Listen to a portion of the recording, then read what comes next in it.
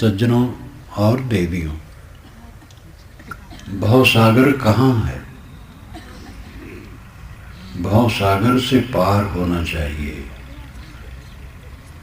संतजन कहते हैं, ग्रंथों में भी लिखा है, भवसागर कहाँ है, कैसे पार होंगे? आप कौन हैं और भवसागर क्या है, इसको समझने की जरूरत है। भव कहते हैं होने को,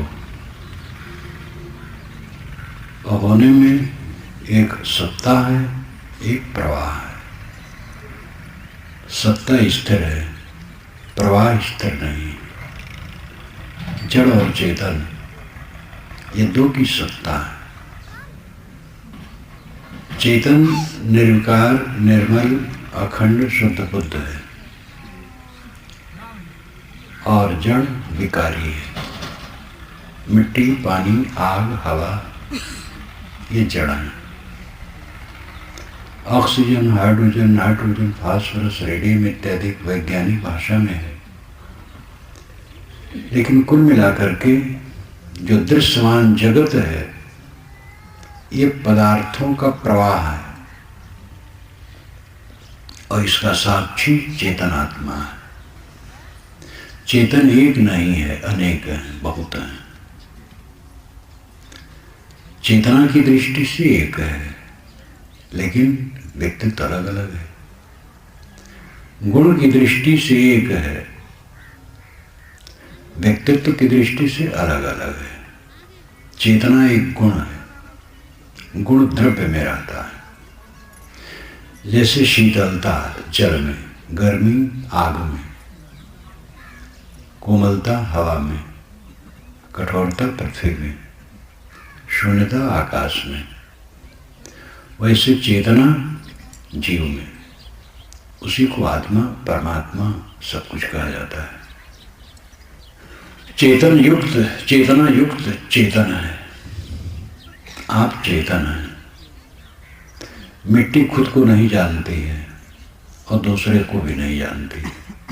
आग, पानी, हवा, आकाश, ये अपने को नहीं जानते हैं और दूसरे को भी नहीं जानते। लेकिन हम आप खुद को जानते हैं और दूसरे को जानते हैं। जानना गुण आत्मा का है और जड़ का क्रिया है, केवल उसमें प्रवाह है। हवा चलती है, जान के नहीं चलती है, वो स्वभाव से चलती है। बवंडर आया, स्वभाव से आया। अगर सामने बच्चे हैं, खेल रहे हैं, तो जोर की बवंडर होगी तो बच्चों को पटक देगी, उसी में रौंद के चली जाएगी, उसको ज्ञान नहीं। लेकिन एक कुत्ता दौड़ता हुआ जाएगा तो बच्चे खेलते हैं तो बगल होकर के जाएगा, क्योंकि उसमें जान है। बाउंडर में जान नहीं है। बाढ़ आएगी तो सब कुछ को बहा ले जाएगी, चाहे मंदिर हो, चाहे मस्जिद हो, चाहे महात्मा हो, चाहे दुष्टात्मा हो, सब को बहा ले जाएगी। एक जगह आग लगी थी तो यह हुआ उड़ाया गया कि मंदिर में जो ग्रंथ था वो नहीं जला और सब जल गया। तो उन्होंने कहा ग्रंथ जल नहीं सकता। तो मैंने कहा तो लकड़ी इकट्ठी करके आग लगा दी जाए, ग्रंथ उसमें रखा जाए और न जले तो मान लिया जाएगा।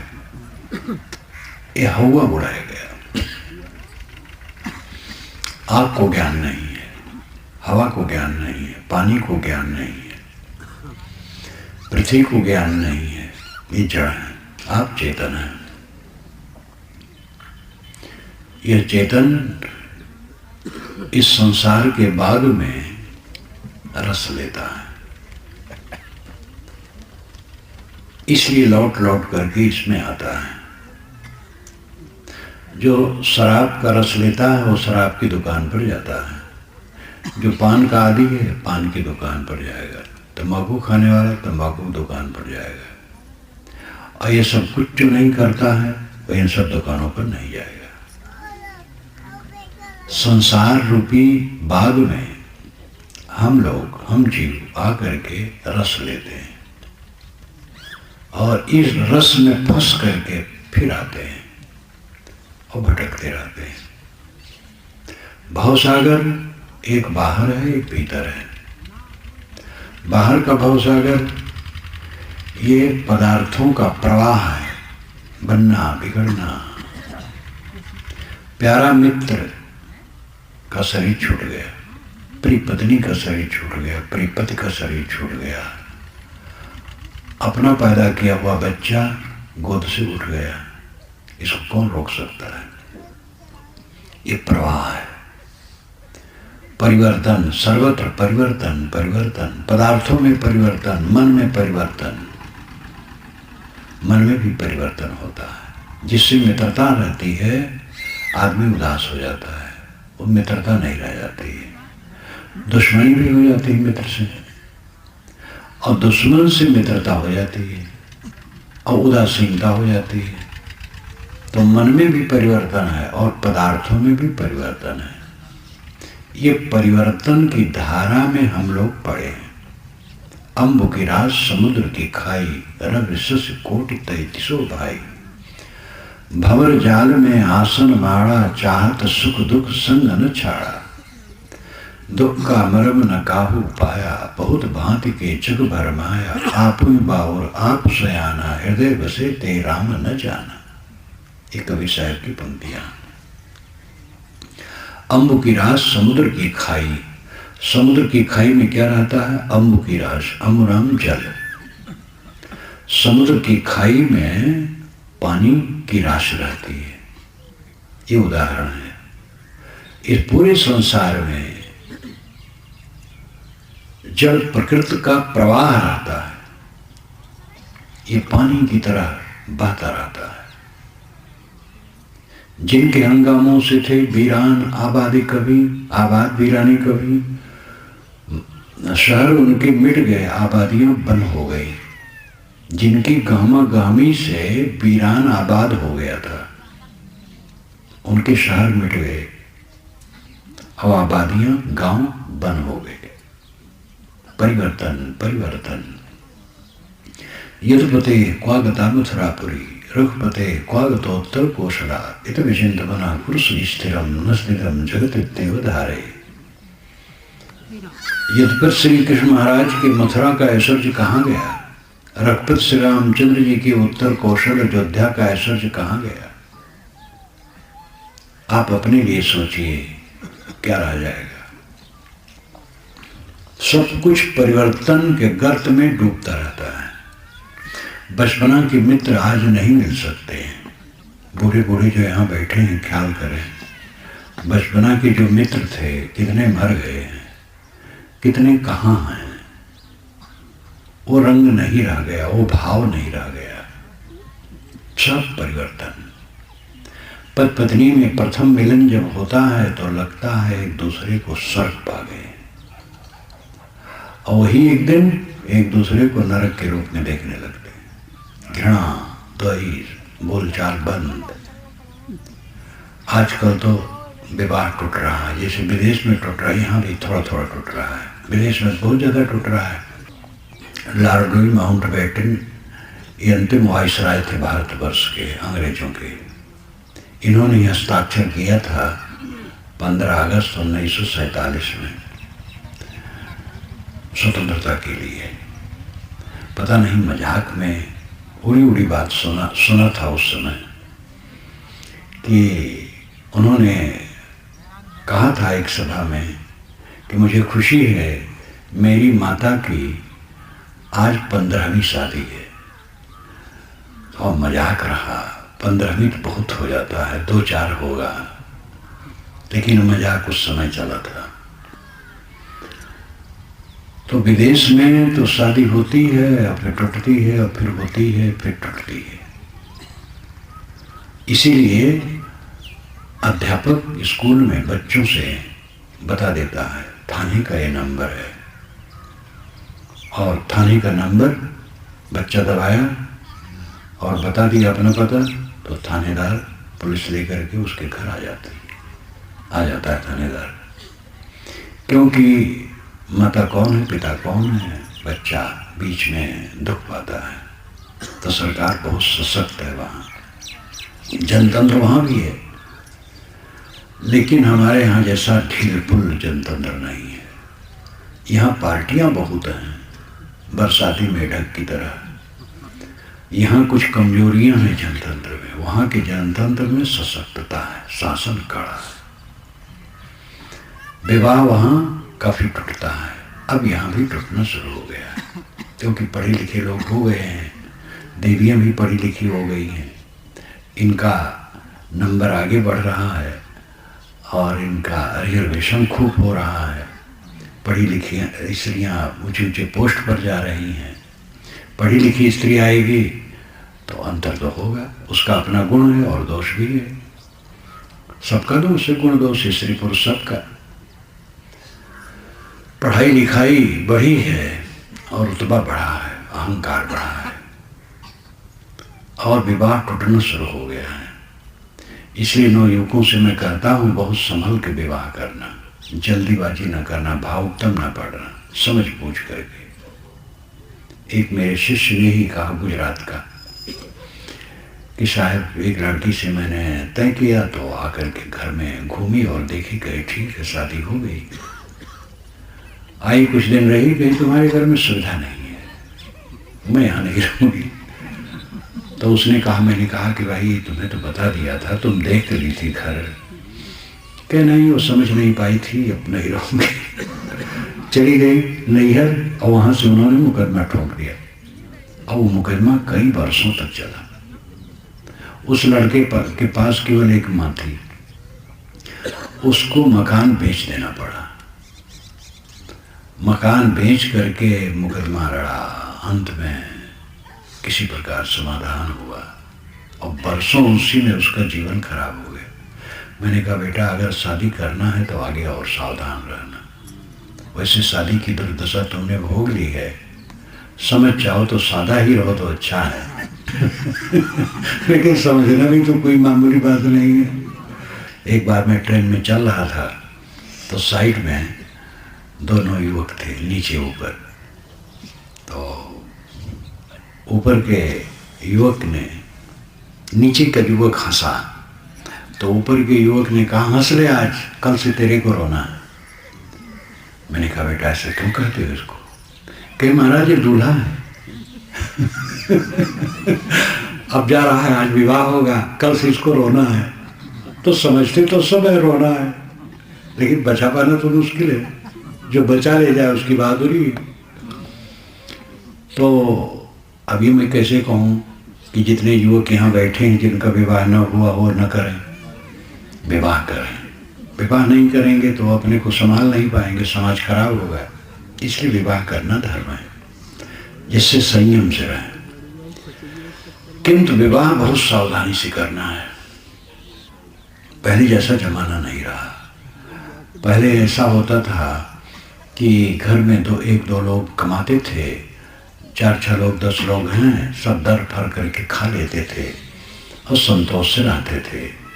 आजकल सबका अपना करियर की चिंता है, हमारा करियर, हमारा साज सज्जा, हमारी स्थिति, हमारी मजबूती, और इसमें अपना गुण भी है, दोष भी है।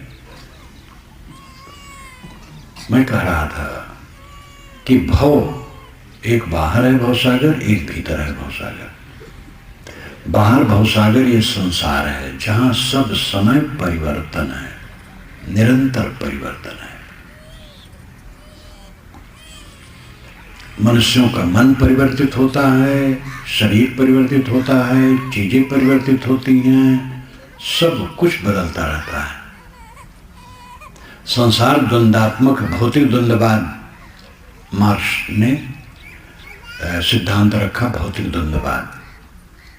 तो भौतिक द्वंद्ववाद, भौतिक यानी भूत संबंधी, भूत का अर्थ प्राणी भी है और भूत का अर्थ जड़ तत्व भी है। भूत के कई अर्थ होते हैं, भूत नाम प्राणी, देहधारी प्राणी, और भूत नाम जड़ तत्व। और भूत का मतलब है बीता हुआ समय, भूत का मतलब है सत्य, भूत लीनता को भी गए, जिसे ब्रह्मभूत हो गए, ब्रह्मलीन हो गए। तो भौतिक द्वंद्ववाद, यहाँ भूत का अर्थ है जड़ तत्व। जड़ तत्व परिवर्तनशील है, और ये भौतिक द्वंद्ववाद, द्वंद्ववाद तो एक सिद्धांत हुआ, भौतिक द्वंद्व, पूरा संसार भौतिक द्वंद्व है, सब जगह संघर्ष है। पति पत्नी का विचार एकदम एक नहीं होता है, पिता पुत्र का विचार, भाई भाई का विचार, मित्रों का विचार सर्वथा एक नहीं होता है। सबका मन अलग है, सबका विचार अलग है, सबका संस्कार अलग है, सबके गुण कर्म अलग है, विचित्रता भरा संसार। और सब चीजें बदल रही हैं, सब प्राणी बदल रहे हैं। ये प्रवाह, इस द्वंद्व में अपने आप को संभाल करके रखना, संतुलित रखना, ये बहुत बड़ी बात है। नहीं तो आदमी अपनों में ही जलता है। जहां बहुत प्रेम होता है वहीं कष्ट होता है। दशरथ को कैकेयी में बहुत प्रेम था। कैकेयी पंजाब की थी। कैकेयी देश ये व्यास नदी का क्षेत्र है पंजाब का। स्वाभाविक है, पंजाब में लोग गोरे और लंबे होते हैं। वहाँ की सुंदरी स्त्रियों को राजा लोग भारत और भारत के बाहर भी लोग ले जाते थे। पुराने ग्रंथों, संस्कृत ग्रंथों में आता है। अयोध्या से कैकेयी की सुंदरी सुन करके दशरथ वहाँ गए थे। तो कैकेयी नरेश ने कहा था, आप प्रतिज्ञा करें कि कैकेयी से उत्पन्न बच्चा ही अयोध्या की गद्दी पर बैठेगा, तब मैं शादी करूँगा, नहीं तो नहीं करूँगा। उन्होंने कहा, प्रतिज्ञा करता हूँ। मोह में तो आदमी पड़ गया और प्रतिज्ञा कर दी। लेकिन जब गद्दी की बात आई तो आप बड़े राम थे, तो उन्होंने चालाकी की। विवाह होकर के चारों बच्चों का आए अयोध्या दुल्हन लेकर के, और उसी समय कैकेयी नरेश का संदेश आया कि भरत आ जाए ननिहाल। तो भरत और शत्रुघ्न ये दोनों चले गए कैकेयी देश। और फिर तब दशरथ ने एक बार सभा में कहा मंत्रियों से कि मैं बूढ़ा हो गया हूँ, मेरी उम्र 60,000 वर्ष की हो गई है। मतलब 60 वर्ष की थी। एक वर्ष में 999 अतिशयोक्ति है। एक वर्ष में 1000 अतिशयोक्ति माना भी जाता है। तो 60 वर्ष की उम्र हो गई थी। तो मैं बूढ़ा हो गया हूँ, और मुझसे राम हर बात में श्रेष्ठ हैं। विद्वान, शक्तिशाली, योग्य और सब प्रकार के उनमें गुण हैं। मैं तो एक पक्षी हूँ, आप लोग मंत्री हैं, सोचें। सभी ने समर्थन किया। सभा खत्म हो गई, बातें गूंज गई। लेकिन रात थोड़ी बीती, वही दुधुलकापन होगा। दशरथ ने राम के पास संदेश भेजा कि आ जाओ। राम आए। उन्होंने कहा कि भरत जब तक अयोध्या से दूर हैं, तुम्हारी गद्दी हो जानी चाहिए। भरत सज्जन हैं, तुम्हारे अनुगामी जैसे, शिष्य जैसे हैं, लेकिन सज्जन का भी मन बदलता है। इसलिए जब तक वो अयोध्या से दूर है, तुम्हारी गद्दी हो जानी चाहिए, वो कल ही हो जाए। राम चुप हैं। अच्छा जाओ, मैं वशिष्ठ को भेजता हूँ। तो वशिष्ठ जी को भेजे कि जाओ राम और सीता को दीक्षा दो। दीक्षा दिए और कुछ घास पर वो दोनों रात में शयन किए। सुबह गद्दी होनी थी, और जो सुबह हुआ आप सब जानते हैं। इतना कष्ट हुआ, पूरा परिवर्तन हो गया। मंथरा ने कहा था, मंथरा अपने भवन पर कैकेयी के साथ ही मंथरा गई थी कैकेयी देश से। तो कैकेयी के भवन पर खड़ी थी और कौशल्या के भवन पर बड़ा गामा-गामी रहा। तो उसने नौकरानियों से कहा, क्या गामा-गामी है? उन लोगों ने कहा, तुम नहीं जानती हो, कल राम का राज्याभिषेक होगा, तो उसको तो सांप छू गया। और उसको ये था कि भरत का ही राज्य होगा, क्योंकि शर्त यही है, और जब भरत का राज्य होगा तब मेरा चौधराना भी होगा लोगों में, क्योंकि वो कैकेयी के साथ आई थी नैहर से। तो जा करके कैकेयी से कहा कि तुम भरत दशरथ राजा दशरथ को बहुत प्रिय समझती हो, ये सांप है पूरे, राम को राज दे रहे हैं। कैकेयी ने कहा बहुत खुश हूँ, भरत और राम में कुछ फर्क नहीं है। तुरंत एक जेवर उतार करके उसको दे दिया इनाम। वो तो और जल गई, फिर खूब कही और उल्टा पाठ पढ़ाई और बात बिगड़ गई। आप सब जानते हैं सारी तकलीफ कहाँ से हुई। जहाँ बहुत मोह किए थे राजा दशरथ कैकेयी में, वहीं से संकट उपस्थित हुआ। और राम के पक्ष में इतने थे, ये बात सबके सामने रखना चाहिए था कि शर्त ऐसी है, आप लोग जैसा करें। भरत अपने आप कह देते कि राम का राज्य हो, लेकिन मोह ये संकट उपस्थित कर दिया। मोह की फांसी से अपने को बचाने की जरूरत है, यही भवसागर से पार होना है। कहाँ कबीर ते उबर है, जाहि न मोह समाए। कबीर साहब की एक छोटी पंक्ति है, कहाँ कबीर ते उबर है, जाहि न मोह समाए। जिसके मन में मोह नहीं समाता है वही उबरता है। मोह कैसे न समाए, परिवार है, जिम्मेदारियां हैं। ये देवियां तो ज़्यादा कहती हैं कि बच्चे मोह न करें तो कैसे सेवा करेंगे। ये उल्टी बोलती है। कर्तव्य समझो, तुम्हारे पास एक बच्चा आया है, सेवा कर दो, मोह न करो। और धाय के उदाहरण से इसको साफ समझा जा सकता है। धनी घरानों में जब बच्चा पैदा होता है तो नौकरानी सेवा के लिए आती है, और सेवा करती है, उपटन करती है, प्यार करती है, सीने पर सुलाती है, खिलाती है। लेकिन नौकरी छोड़ करके जाने लगती है तो दुखी नहीं होती, समझती मेरा नहीं है। इस संसार में ऐसा रहने वाला ही सुखी होता है, धाय की तरह रहे। साहब ने कहा है, कमल पत्र हैं संत जन रहें जगत के माए, बालक केरी धाय जो आपन जानत नाए। संत जन कमल पत्ते की तरह रहते हैं। कमल फूल और कमल पत्ते पानी में होते हुए पानी से ऊपर। साधु ऐसा चाहिए, दुखे दुखावे नाए। पान फूल छेड़े नहीं, रहे बगीचा माए। बगीचे में रहो लेकिन पान फूल न छेड़ो। मतलब है संसार में सबके साथ रहो लेकिन किसी को तकलीफ न दो। मोह करोगे तो तकलीफ दोगे, राग करोगे तो द्वेष किए बिना रह नहीं सकते हो। हिंसा कौन करता है? भोगी। जो भोगी नहीं वो हिंसा नहीं करता है। जितना भोग का त्याग होगा उतना अहिंसा व्रत पालन होगा। हिंसा मार देना ही हिंसा नहीं है, मार देना तो भयंकर हिंसा है। ईर्ष्या करना हिंसा है। और अगर हमें भोग की लालसा है तो अपने से बढ़ा चढ़ा हम देखेंगे तो ईर्ष्या करेंगे।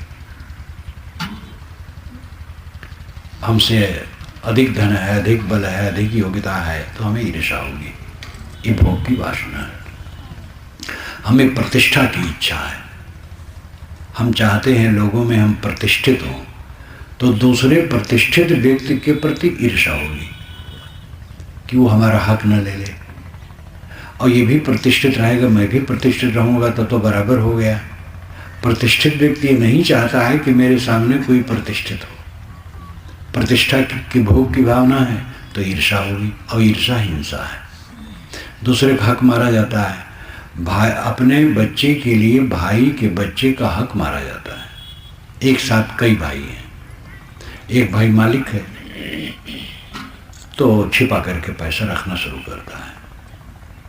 सार्वजनिक चीज है लेकिन वो अपने पास ज़्यादा छिपाता है। किस लिए छिपाता है? अपने बच्चे के लिए। किसका हक मारता है? भाई के बच्चे का।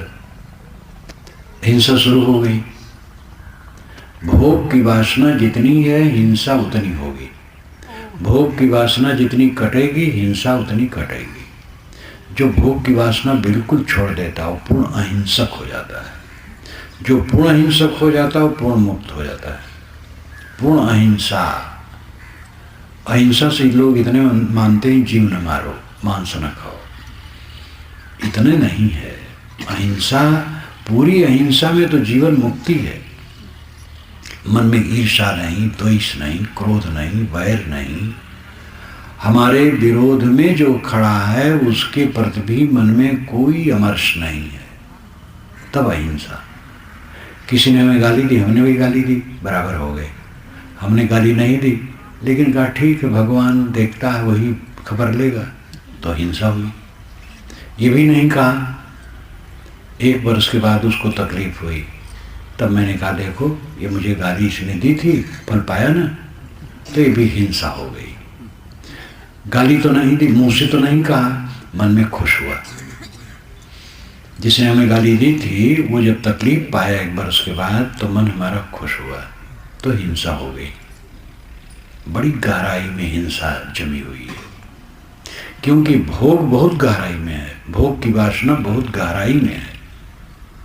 अपने को देखो, भवसागर से पार होना है, मन के विकारों से पार होना। इच्छा करि भवसागर, तामे बोहित राम आधार। कबीर साहब कहते हैं इच्छा करके भवसागर बनता है, उसमें बोहित जहाज राम है। राम यानी अंतरात्मा का बोध। राम, असली राम कहाँ है? एक राम दशरथ का बेटा, एक राम है घर घर घट घट लेटा, एक राम है जगत पसारा, एक राम है जग से न्यारा। ये राम की परिभाषा और क्षेत्र में गवई लोग कहते हैं। एक राम तो दशरथ का बेटा है, वो हमारा पूर्वज है, आदरणीय है, पूज्य है। और एक राम है घट घट में लेटा है, सब देह में जो बैठा चेतन आत्मा है वो राम है, लेकिन उसमें भेद है। एक राम है जगत पसारा, एक राम जगत पसारा में डूबा है, दुनिया के मोह माया में डूबा है। और एक राम है जग से न्यारा। एक राम ऐसा है कि मोह छोड़ दिया। तो कुल मिलाकर के जो घट घट में है वो राम है, और जो मोह में डूबा है वो भवसागर में बह रहा है। जो मोह को छोड़ता है वो भवसागर से ऊपर उठता है, और भवसागर से ऊपर उठते उठते जब भाव से एकदम पार हो गया, बस मंगल है। मोह एकदम मिट गया। मोह निशा सब सोवनहारा, देखें सपन अनेक प्रकार। ये जग जामिन जागे योगी, परमार्थी प्रपंच भी होगी, जानी तभी जीव जग जागा, जब सब विषय विलास विरागा। गोस्वामी जी ने कहा जब सभी विषय विलासों से विरक्त हो जाए तब जगा। तो विरक्त होना तो सबको है। साधु ही लोग केवल देह नहीं छोड़ेंगे, गृहस्थ भी छोड़ेंगे। एक दिन ऐसा आएगा जब लंगोटी पहनाई जाएगी और साधु जैसे कपड़ा लपेटे वैसे लपेटा जाएगा, और घर से निकाल करके जंगल की तरफ ले जाएंगे, दाह करेंगे, गाड़ेंगे, पानी में फेंकेंगे, अथवा जमीन पर छोड़ देंगे। पारसी लोग जमीन पर छोड़ देते हैं। 4 क्रियाएं होती, वेद में चारों का वर्णन है। तो ये काम होगा तो विरक्त तो सबको होना है, लेकिन वो विरक्ति काम थोड़े करेगी। घर द्वार छोड़ करके गए, कब्र में पहुंच गए, तो विरक्ति क्या काम करेगी? देह में रहते रहते मन विरक्त हो, अनासक्त हो। विरक्ति बात सुन करके लोग कहते हैं कि ये साधु के लिए उपदेश है। साधु के लिए नहीं है, मनुष्य के लिए है। गृहस्थ हो, साधु हो, दोनों को विरक्त होना है। जो घर छोड़ दिए हैं वे अपने मन में विरक्ति लाएं, और जो घर में है वे अपने मन में विरक्ति लाएं। जहाँ है सेवा करें और विरक्त रहें, दोनों काम। निर्वेद और कर्म। निर्वेद और कर्म का झगड़ा पुराना है, महाभारत में इसकी चर्चा काफ़ी आती है। निर्वेद और कर्म, और गीता में इसका समाधान किया गया है। कबीर की वाणी में और जीवन में पूरा समाधान है। कर्म करे और है कर्मी, ऐसी युक्ति बतावे। साहब कहते हैं कर्म करे और अकर्मी रहे, यही चारा है। और गीता यही बताती है, निष्काम कर्म करो। सांख्य और योग दोनों में उत्तम कौन है? अर्जुन ने कहा। कृष्ण महाराज ने कहा कि दोनों ही उत्तम हैं। सांख्य का मतलब है एकदम त्याग, योग का मतलब है अनासक्ति पूर्वक कर्म। लेकिन एकदम त्याग ये बड़ा मुश्किल है, और निष्काम भाव पूर्वक कर्म करना ये सब सहज है। क्योंकि आखिर तो खाना पीना चाहिए, घर द्वार चाहिए। हम लोगों का घर द्वार आश्रम कहलाता है, आखिर तो घर द्वार तो है। आपका परिवार है, हमारा समाज है। तो वहाँ बिंद सृष्टि है, यहाँ नाद सृष्टि है। गुरु उपदेश देता है, उपदेश दे करके यहाँ बच्चे पैदा होते हैं, और वहाँ पर सांसारिक दृष्टि से पैदा होते हैं। एक बुढ़िया की याद आई, अयोध्या के पास एक मेरा आश्रम है, वहाँ मैं था। वो बुढ़िया पढ़ी लिखी नहीं थी, बड़ी तेज तर्रार थी। आई, कहे साहब आप लोग बड़े चतुर हो, हम लोग पैदा करें बच्चा, पालें पोसें, मलमूत्र धोएं, बड़ा बनावें, पढ़ावें लिखावें, अब आप अपना बना लेते हो। आप सेवा करने लगते हैं, आपके पास आकर के चेला सेवा करने लगते हैं। अब हम पाल पोस करके बेकार हो गए। कोई जो विरक्त होता है तो विरक्त के कहीं बच्चा पैदा होता है। बच्चा तो गृहस्थी में पैदा होते हैं, वहाँ से आकर के यहाँ पैदा होते हैं। यहाँ पैदा होना दीक्षा है। गुरु की शरण में गए तो दीक्षा हो गई, जन्म हो गया, नया जन्म हो गया। तो साहब आप लोग बड़े चतुर हैं, हम लोग पाले पोसें और वैसे बैठे रह जाते हैं और आप अपना बना लेते हैं। हम के बना क्या लेंगे, जो होना चाहता वो होता है। कितनी माताएं कहती हैं कि हम एक बच्चा देना चाहती हैं। मैं कहता हूँ देने से काम नहीं बनेगा, हमें कोई दिया नहीं था। देने वाला दे दूंगी, वहाँ हमारे पास से भाग आएगा। जो अपनी खुशी से जाएगा, जिसको बोध वैराग होगा, वो टिकेगा। तो भाई गृहस्थी विरक्ति दो धारा है, दोनों को यहाँ से जाना है, दोनों को अपना मन निर्मोह करना है, दोनों को शांति चाहिए, दोनों को भवसागर से पार होना चाहिए। भवसागर संसार सागर, ये बाहर का भवसागर, और भीतर का भवसागर सूख जाए तो बाहर का भवसागर कुछ नहीं है। भीतर का भवसागर क्या है? मोह माया, मन का विकार, काम क्रोध लोभ मोह राग द्वेष, ये विकार भवसागर है, और इसी में सब डूब डूब के मरते हैं। भवसागर से पार कौन पाएगा? साहब कहते राम आधार, राम का आधार लो। राम अंतरात्मा है। रमन्ते योगिनो यस्मिन् रामा, पंडितों ने भी कहा। वेदों में राम कोई राम जप नहीं है। वेदों छोड़ दो, वाल्मीकि रामायण में कहीं नहीं लिखा है कि राम राम जपो। पूरी वाल्मीकि रामायण में एक जगह नहीं लिखा कि राम राम जपो। और पूरी वाल्मीकि रामायण में महाराज राम के लिए भगवान शब्द नहीं है। वेद शास्त्र तो दूर बात है, उसमें तो राम कहाँ है। राम शब्द का उच्चारण राम नाम के व्यक्ति होते थे। राम नाम के एक राजा ऋग्वेद में हैं, और इतरे ब्राह्मण में मार्गवे राम एक ब्राह्मण है जो कर्मकांडी है। तो राम नाम के व्यक्ति कभी कभी होते थे। दशरथ पुत्र श्री राम जो हुए, इनके बाद जो महाकाव्य इनको लेकर के बना, तो महाकाव्य बड़ा सुंदर बना, वाल्मीकि रामायण। उसका इतना गहरा प्रभाव पड़ा कि नाना रामायणें बनी। ये मैंने अपने रामायण रस में लिखा है। भारत और विदेश में जितनी रामायणें बनी हैं, सब का लेखा जोखा आप पाएंगे मेरे रामायण रस में। यूरोप में बहुत रामायणें बनी, पूरी एशिया में रामायणें बनी, सब का नाम मैंने दिया है। फिर वाल्मीकि अध्यात्म और मानस तीनों का तुलनात्मक अध्ययन हर कथा में है।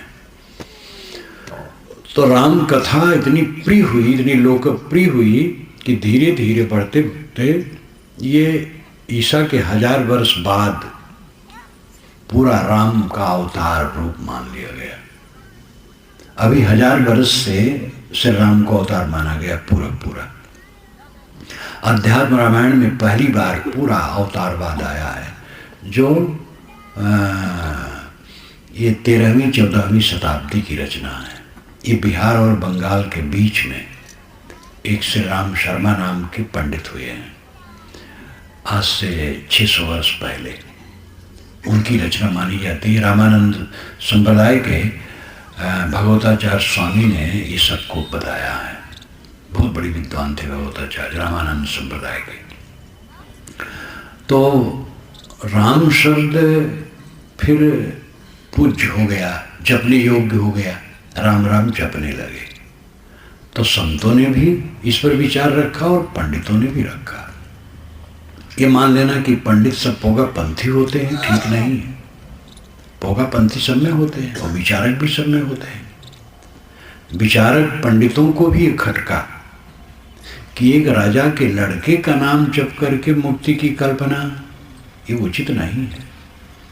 तो उन्होंने कहा रमन्ते योगिनो यस्मिन् इति रामः, रमन्ते योगिनो यस्मिन् इति रामः।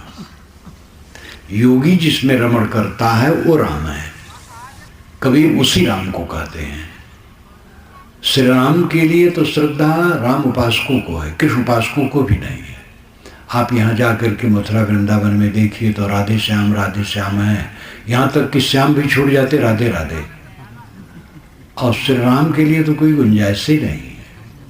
इस्कान वाले जो हरे राम राम राम हरे हरे, हरे कृष्ण कृष्ण कृष्ण हरे हरे जपते हैं, उनसे जब कहा गया कि आपने बड़ा अच्छा समन्वय किया, राम कृष्ण के विषय में तो समन्वय किया भाई, कृष्ण को भी कहा और राम को भी कहा, तो बड़े सोचा गए। कहे ये राम अयोध्या वाले नहीं है, ये बलराम है, कृष्ण के बड़े भाई हैं, इसलिए हम कहते हैं, अयोध्या वाले नहीं कहेंगे। इतना फर्क है। तो शैव लोग राम राम नहीं कहेंगे, जो कट्टर शैव हैं वो शिव शिव कहेंगे, और गैर हिंदू तो कहेंगे ही नहीं। लेकिन राम सार्वभौमिक उपासनी है कवि साहिब की दृष्टि से, वह राम है अंतरात्मा। और पंडितों के ख्याल से भी बात मैंने कही, रमन्ते योगिनो यस्मिन् इति रामः। सबके घट में जो रमता है वो राम है। अंतरात्मा का बोध होना चाहिए। आप कौन हैं? आप स्त्री पुरुष नहीं है, काले गोरे नहीं है, विद्वान अविद्वान नहीं है, योग्य अयोग्य नहीं है, सम्मानित और अपमानित नहीं है, देह के नाम रूप को लेकर के क्यों दुखी हैं?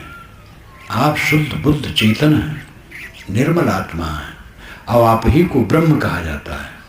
हमारे ऋषियों ने यही कहा।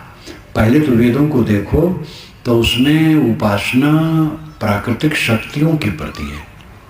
सूर्य, आदित्य, वरुण, इंद्र, मरुत, उषा, अश्विनी, दधिक्रा, ये सब वैदिक देवता हैं, इनकी उपासना है, वो प्राकृतिक शक्तियां हैं। लेकिन और ब्रह्म पहले ब्राह्मणों ने आग को कहा है, बृहत्वाद ब्रह्म, आग जलाओ तो बढ़ जाती है, इसलिए आग ब्रह्म है। और आग में हवन करने वाले ब्राह्मण हैं, चाहे कोई भी करे वो ब्राह्मण है। और जिन वेद मंत्रों से हवन किया जाए वो वेद मंत्र को भी ब्रह्म कहते हैं। लेकिन आगे चल करके ऋषियों ने सोचा कि आग तो जड़ है, आग कैसे ब्रह्म है? तब उन्होंने कहा अहम ब्रह्मास्मि, मैं ब्रह्म हूँ, तत्तमस्, वह तू है, अयम आत्मा ब्रह्म, यह आत्मा ब्रह्म है। ये हमारे ऋषियों का मंथन है। बहुत दिन के मंथन के बाद इस अवस्था में पहुँचे हैं। आत्मा ब्रह्म है। इसलिए भारतीय परंपरा का जो मूल ज्ञान है वो आत्मज्ञान है। इस्लाम में अभी भी केवल उपासना चलती, प्रार्थना प्रार्थना, नमाज नमाज। ईसाइयों में भी प्रार्थना। विरल कोई है जो आत्मज्ञान की तरफ उधर चलता हो। लेकिन हिंदू परंपरा में चिंतन की गहराई है। आज से हजारों वर्ष पूर्व ये आवाज आ गई ऋषियों की, अहम ब्रह्मास्मि, मैं ब्रह्म हूँ। तो उसी को साहब राम कहते हैं। घट घट राम है, आप राम हैं। अपने को पहचाने। देह को मान करके हम दुखी हैं और डरते हैं मृत्यु न हो जाए, जो कि शरीर की मृत्यु हो रही है। मृत्यु है ही नहीं। मृत्यु किसकी है? दूसरे की मृत्यु है, मेरी नहीं। जैसे दूसरा कोई मरे तो हमें क्या डर? शरीर मरे तो मुझे क्या डर, मैं तो आत्मा हूँ, चेतन आत्मा, तो मुझे मृत्यु कहाँ है? मेरी मृत्यु नहीं है, और जिसकी मृत्यु हो मैं नहीं हूँ। ये भेद समझो। देह में नहीं हूँ, मैं शुद्ध चेतन आत्मा हूँ। देह मरती है, मैं नहीं मरता हूँ। मुझे मरने का डर क्यों? जय मरने से जग डरे मेरे मन आनंद, कम बरी हूँ कब पाई हूँ पूर्ण परमानंद। साहब कहते हैं शरीर छुटे मैं पूर्ण परमानंद में टिक जाऊँ। देह में रहते रहते जीवन मुक्त पुरुष कलेश रहित है। मन का कलेश उनका नहीं है, लेकिन देह की झंझट तो है। खाना पीना, ठंडी गर्मी, मान अपमान, सम्मान और सब प्रपंच, ये तो जीवन मुक्त को भी झेलना पड़ता है। और देह छूट जाए तो सब खत्म मामला। तो देह रखने में क्या फायदा है? जब से जन्मे हो तब से आज तक क्या पाए हो? धक्के किसी और कुछ पाए हो? धक्का धक्का धक्का। जवानों को कम लगता है, उनको लगता है सुखा रहा है। लेकिन बूढ़ों से पूछें जो आसपास बैठे हैं कि बाबा आप कितना सुख लूटे, तो बताएंगे कि बेटा दुनिया खट्टी है। लेकिन ये बूढ़े क्यों नहीं बताते हैं जवानों को? लगता है बूढ़ों को ईर्ष्या है जवानों से कि हम भटके, ये भी भटके, हम क्यों बताएं? हमें कोई नहीं बताया था तो हम क्यों बताएं? और बूढ़े बतावें भी तो जवान मानने वाले हैं, तो सोचेंगे बाबा आनंद ले लिए, हमें भटका रहे हैं। तो ये दुनिया ऐसे धोखे की टट्टी, धोखे में सब बीत जाता है। परमानंद परम शांति अंतरात्मा में है। मोह को छोड़ो, अंतर्मुख हो। भव सागर मन की धारा है। मन के संकल्प विकल्प, बीती हुई बातों की याद और भविष्य के लिए नई नई कल्पनाएं। ध्यान दीजिए, जो बीत गया है, मरी मरी बातें, अकेले में बैठे तो उसी की याद कर रहे हैं, भवसागर में बह रहे हैं और कुछ नहीं है वो। और आगे की व्यर्थ कल्पना, उस कल्पना में डूबे हैं जो कि न सर है उसके न पैर है। जो मन है, मन भवसागर है। मन के भवसागर से अपने को उबारो। इसके लिए सुबह शाम अकेले में बैठो, मन का निर्वाह करो। एक मनोविलास है और एक चिंतन है। मनोविलास है अपने शरीर की जवानी, सौंदर्य, भोग और महल और ऐश्वर्य और प्रतिष्ठा की कल्पना करना, ये मनोविलास है। ये झूठ है। और चिंतन है सब कुछ परिवर्तनशील है। जगत की असलियत को देखना चिंतन कहलाता है। मोह कैसे मिटे? मेरा पुत्र है मेरी गोद में, बड़ा प्यारा है। थोड़ा और सोचो तो एक बच्चा है, थोड़ा और सोचो तो मांस का लौंदा है। चेतन तो अमर है और रूप रहित है, उसको हम देख नहीं सकते हैं। उसमें तो मोह नहीं होता, मोह देह में होता है। तो एक मिट्टी का लौंदा है। आगे सोचो मिट्टी का लौंदा है, फिर और आगे सोचो तो कणों का प्रवाह है। विचार में उतरते जाओ तो चीजें खोती जाती हैं। और बूढ़े लोग इसका तो ज़्यादा अंदाज कर सकते हैं कि जब से होश में आए हैं तब से कितने स्टेजों में उतरे हैं, कितनी अवस्था में उतरे हैं, कितने प्राणी पदार्थों के बीच में हो के यहाँ तक पहुँचे हैं। क्या धरा है? जो देखे, जो सुने, जो चीखे, जिसका स्पर्श किए, जो सूंघे, वो क्या धरा है? उसकी वासना परेशान कर रही और कुछ नहीं। ये दुनिया है बूर का लड्डू, देख के जी ललचाए, ना खाए तो पछताए, खाए तो पछताए। सब पछता रहे हैं और कुछ नहीं। भवसागर मन का विकार है, इसको जीतने का काम करो। और ये महाजटिल है। जितना जीतना चाहो उतना उसमें लगता है कि फंस रहे हैं। जब काम धाम आप करोगे तब तो मन परेशान नहीं करेगा, लेकिन अकेले में बैठो तो मन परेशान करेगा। परंतु घबराओ ना, अध्ययन करो, चिंतन करो, ध्यान करो। और करते करते मन का कोहरा छटता है। बिना किए नहीं चलेगा, अपना करना पड़ेगा। लोग कहते हैं महाराज कृपा साध्य है कि श्रम साध्य है। अरे भाई, कृपा तो सब गुरुजनों की है ही है, मेहनत खुद करना पड़ेगा। हमने अपने मन को विकारी खुद बनाया है और खुद हमें उसका निर्वाह करना होगा। हमारे मन का पाप कौन बनाया है? हमने अहंकार करके, कटु कहकर, कटु व्यवहार करके, दूसरे को तकलीफ देकर, कुछ दूसरे को धोखा देकर, दूसरे का नुकसान करके मन खराब किया है। भोग की जितनी हमारी वासना रही है उतना हम हिंसा किए हैं। हिंसा की परिभाषा मैंने सूक्ष्म रूप में की थी कि हिंसा की ओर मार डालना नहीं, ईर्ष्या करना भी हिंसा है। जितना हमारा मन भोगी होगा उतना हम हिंसक होंगे। भोग और हिंसा और त्याग और अहिंसा। त्याग में फिर अहिंसा है। त्याग हमारा बढ़ता जाएगा, अहिंसा बढ़ती जाएगी, चित्त शुद्ध होता जाएगा, निर्मल होता जाएगा। पूरा मन निर्मल हो गया, भवसागर से पार हो गया। बाहर भवसागर जो दिखाई देता है संसार, ये तो ऐसे रहेगा और इसमें ऐसे चलना पड़ेगा। अपना शरीर बदलेगा, साथियों का बदलेगा, लोगों का मन भी बदलेगा, ये सब बदलता रहता है। सब सहने के लिए पहले से तैयार रहो। आपका बच्चा जैसे अभी भोला भाला है, बड़ा प्यारा है, जब जवान होगा तब आपको प्यारा नहीं लगेगा, क्योंकि उसकी अपनी रुचियाँ होगी, अपने कर्म होंगे। और जब उसकी शादी होगी तो और दुनिया बदल जाएगी, क्योंकि उसके पास एक लड़की आ जाएगी बाहर से। उसका मन रखना, अपना मन रखना, दो मन चलाना, इसी में माता पिता समझते हैं कि हम तो बेकार हो गए, पैदा किए, बड़ा किए और अपनी सेवा के लिए, और ये तो बाहर से एक लड़की उसी गुलाम हो गया। तो ये सोचना बिल्कुल गलत है। पहले तो माँ बाप बहुत जल्दी में रहते हैं कि बच्चे की शादी हो जाए। माताएं तो और बहुत जल्दी करना चाहती हैं कि शादी हो जाए, बहू आ जाए, रोटी बनावे। और शादी होने के बाद फिर अपने बच्चे से दुश्मनी शुरू करती माताएं, क्योंकि बच्चा का मन दूसरे ढंग का हो जाता है। और होना स्वाभाविक है, मजबूरी है।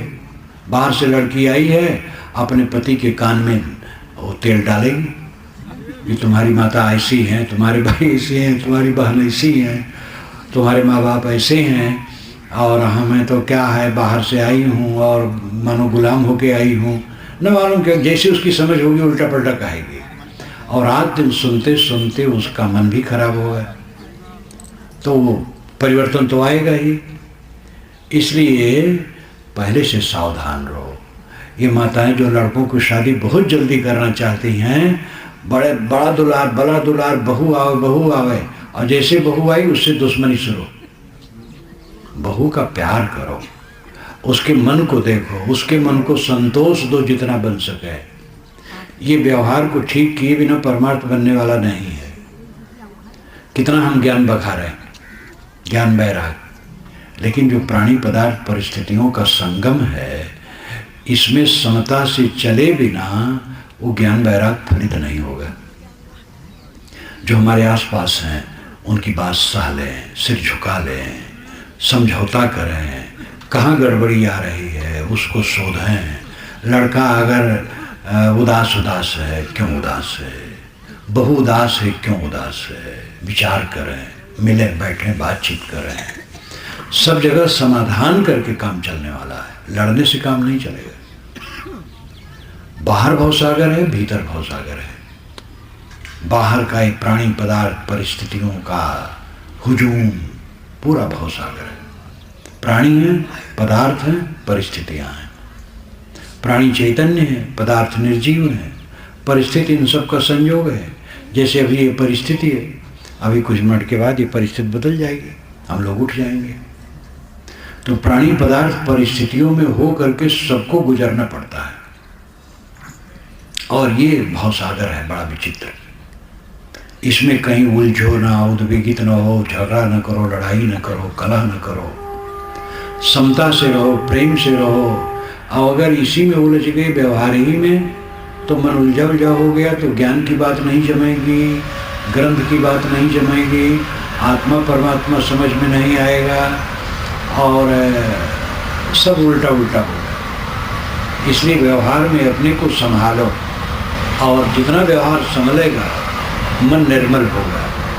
मन निर्मल होगा तो अंदर में सरलता होगी। ज्ञान होने का मतलब है सरलता। बालक का हृदय सरल होता है और ज्ञान की परिपक्वता में सरलता आती है।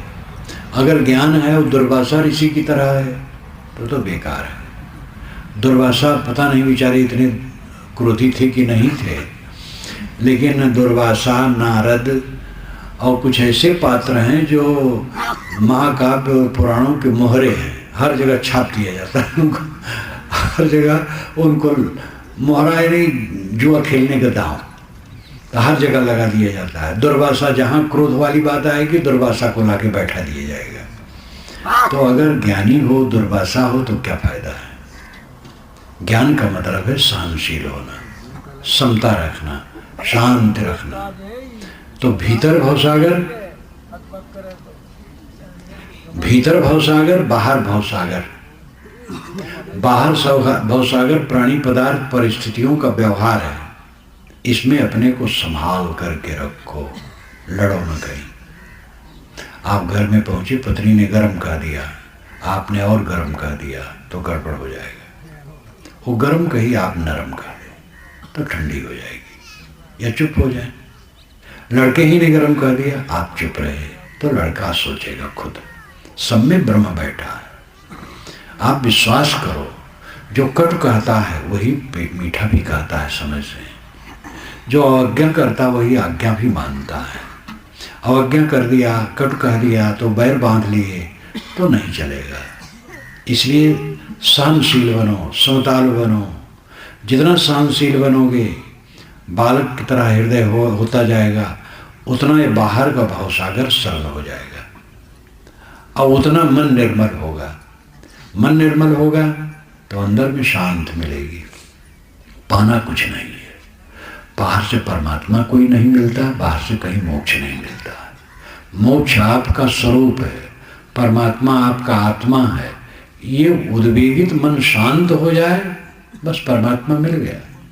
शेष विष्णु भगवान शेष शाही हैं, आप सुने होंगे। विष्णु भगवान शेष पर सोते हैं। तो चित्र पुराणों में दिया जाता है, एक क्षीर सागर है, दूध भरा है पूरे समुद्र में। भला क्षीर सागर होता तो दूध कितना सस्ता मिलता, हम लोग स्वयं समझे। 25-25 रुपया किलो, 30 रुपया किलो दूध शायद आजकल मिलता है। तो अगर क्षीर सागर होता तो वहाँ से तो बैगन अब आपके पास तो एक गाड़ी धराती है, भरतपुर में खूब उतरता। तो क्षीर सागर है और उस पर विष्णु भगवान शेष जी 1000 फण वाले लेटे हैं और उनके सीने पर विष्णु लेटे हैं। ये पौराणिक कल्पना है। क्षीर सागर है निर्मल मन, क्षीर सागर है निर्मल मन। शेष है बचा हुआ, शेष का मतलब बचा हुआ। किसी संख्या में भाग करो, जब सिंगल रह जाता है तो कहते शेष। संस्कृत में शेष कहते हैं, अरबी में बका कहते हैं। जिसका मन शांत हो गया तो आत्मा शेष रह गया। क्षीर सागर निर्मल मन है और निर्मल मन है तो मन शांत हो गया तो शेष आत्मा रह गया। मन ही द्वैत बनाता है, जब मन शांत हो गया तो आत्मा अकेला रह गया, शेष। और इस शेष स्थिति में जो रहे वो विष्णु है। विश्व कहते हैं प्रविष्ट को। विष धातु से विष्णु शब्द बनता है, विष धातु से विष्णु शब्द बनता है। विष्णु का अर्थ है जो प्रवेश करे। सब घट में जो प्रविष्ट है आत्मा, ये विष्णु भगवान है। जब ये शेष अवस्था में है तो सब विष्णुत्व है। शेष अवस्था यानी मन शांत हो गया, अपने आप शांत है, तो विष्णु भगवान हो गया वो। आप विष्णु हैं।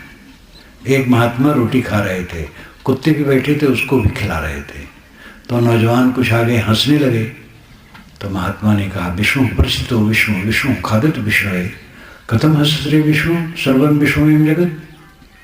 विष्णु विष्णु के पास बैठा है, विष्णु विष्णु को खिलाता है, विष्णु तो क्यों हंसता है?